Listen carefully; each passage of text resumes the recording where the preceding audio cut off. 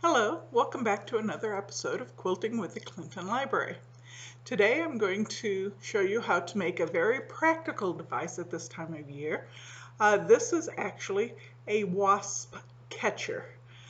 I have a wasp that likes to set up a nest in our mailbox. We've gotten rid of it, but we always in the springtime put out several of these around the front of our house and on our back deck because we definitely don't like being irritated by the wasps. The device is very simple. I use 1 liter bottles at home. You can also use bottles that are tinted green if you're going to have them in your shrubbery so they don't stand out quite as often. Don't worry, the wasp will still find them. Today I didn't have an extra 1 liter bottle here at the library, so I'm going to be using a 2 liter bottle. The process is very simple and very quick. To start with, you want to take the lid off of your bottle. Make sure it is cleaned out. Rinse it well with water. You don't necessarily need to use soap. You will be inserting some liquid to attract the wasps before you hang it. What you're going to do is separate the bottle about 2/3 of the way up. And today, another way you can start this is with a nail. You can use an X-Acto blade. I generally use my piercing tool, but today I'm going to show you how to do it with a simple push pin. Just decide where you want the line to start and push in. Move over just a little bit, do a second one, and then a third.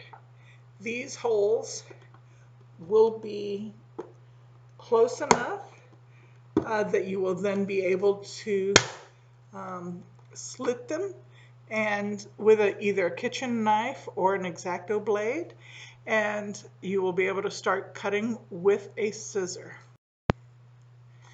Okay, so I'm now going to go in and start cutting with the X-Acto blade. First I'm connecting the 3 holes that I made, and then I'm extending the line a little bit more.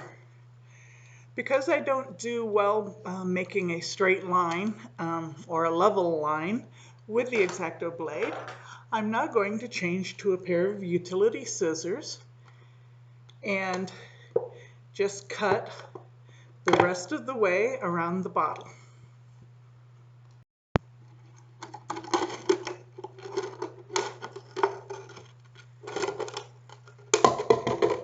Okay, so I have now separated my bottle into the 2 pieces I need.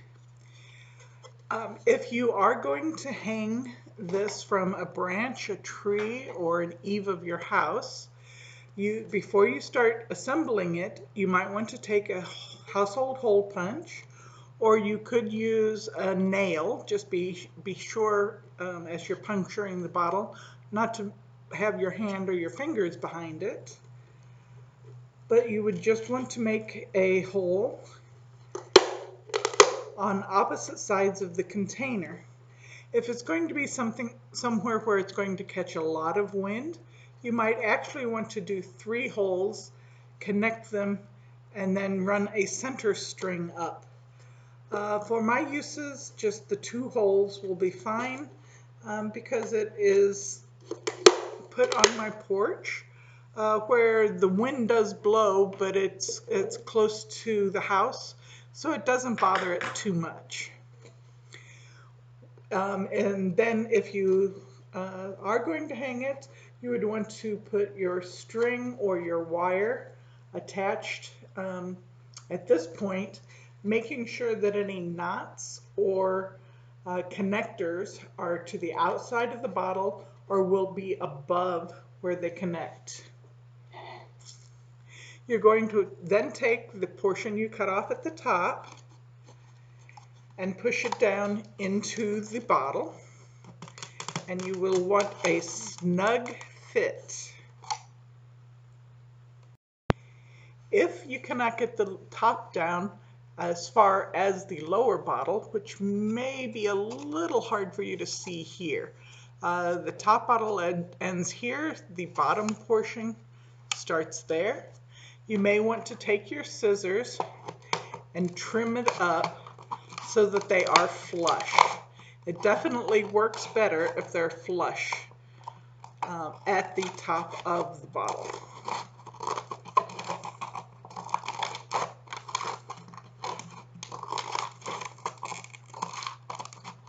And don't worry, if you're a recycler, you can still put the portions you cut into your recycling bin, or if you have a bottle that you're going to recycle in its entirety, you could just slide it down inside that bottle also.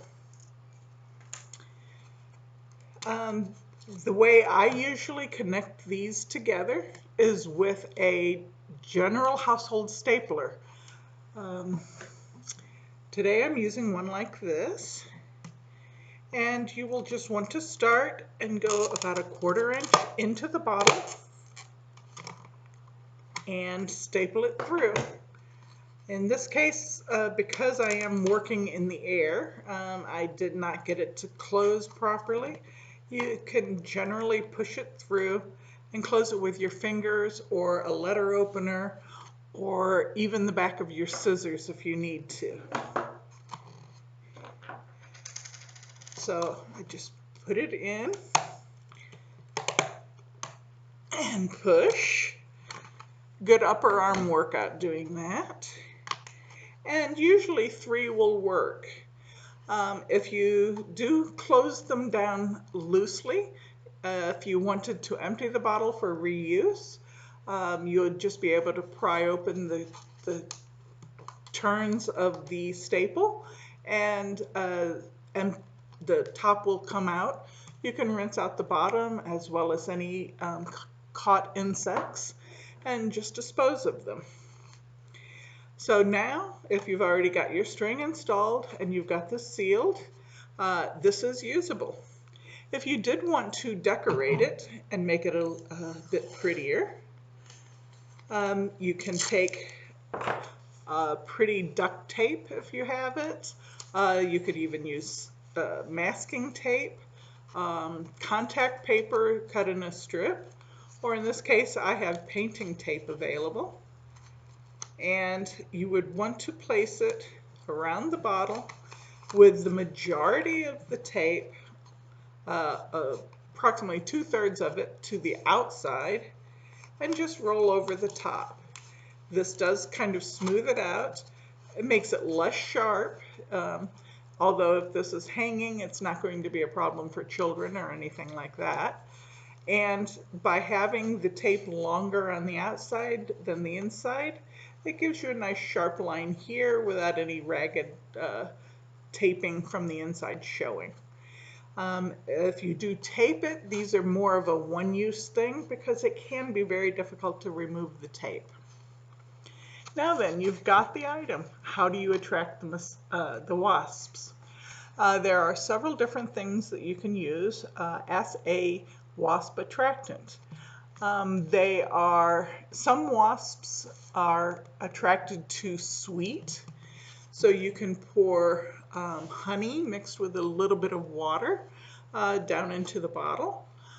Some people I know have had great success just using regular cola, and you don't want to pour in a great deal. You want to cover and just have maybe a 1/4 of an inch of liquid in the bottom of the trap. It's not so much the liquid that kills them, it's the fact that they can fly in through the hole, but they generally cannot find the hole to fly back out. It's partially the way their body is shaped and partially just their sense of escape. They see the light coming up the sides and they keep trying to go out at the top of the bottle.